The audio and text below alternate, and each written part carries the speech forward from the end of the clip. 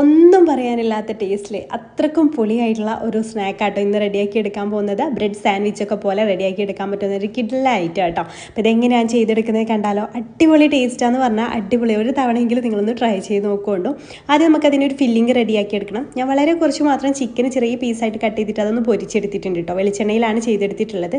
ആ ഒരു വെളിച്ചെണ്ണയിൽ തന്നെ നമുക്ക് ഒരു സവാള, ചെറിയൊരു സവാളയായിട്ട് ഞാൻ എടുത്തിട്ടുള്ളത്, അത് ചേർത്തിട്ട് ഒന്ന് വഴറ്റിയെടുക്കണം. അതിലേക്ക് ആവശ്യത്തിനുള്ള ആ ഒരു മസാലയിലേക്ക് ആവശ്യമായിട്ടുള്ള ഉപ്പ് കൂടെ ചേർത്തിട്ട് നന്നായിട്ടൊന്ന് വഴറ്റിയെടുക്കാം. പിന്നെ 1 ടീസ്പൂണ് ഇഞ്ചി വെളുത്തുള്ളി പച്ചമുളക് ചതച്ചത് ചേർത്ത് കൊടുത്തിട്ടുണ്ട്. ഒരു തക്കാളിയുടെ പകുതിയും ചേർത്തിട്ട് നന്നായിട്ട് ഉടയുന്ന രീതിയിലൊന്ന് വഴറ്റിയെടുക്കുക. അതിലേക്ക് 2 തണ്ട് കറിവേപ്പിലയും ചേർത്തിട്ട് വഴറ്റിയെടുക്കാം.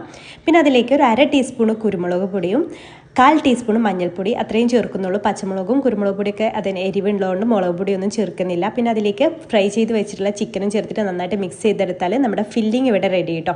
ഇനി ഒരു ബൗൾ എടുത്തിട്ടില്ലേ, അതിലേക്ക് 2 മുട്ട, 1/4 ടീസ്പൂൺ കുരുമുളക് പൊടി, ആവശ്യത്തിനുള്ള ഉപ്പ്, 1/4 കപ്പ് പാലും ചേർത്തിട്ട് നന്നായിട്ടൊന്ന് മിക്സ് ചെയ്തെടുക്കുക.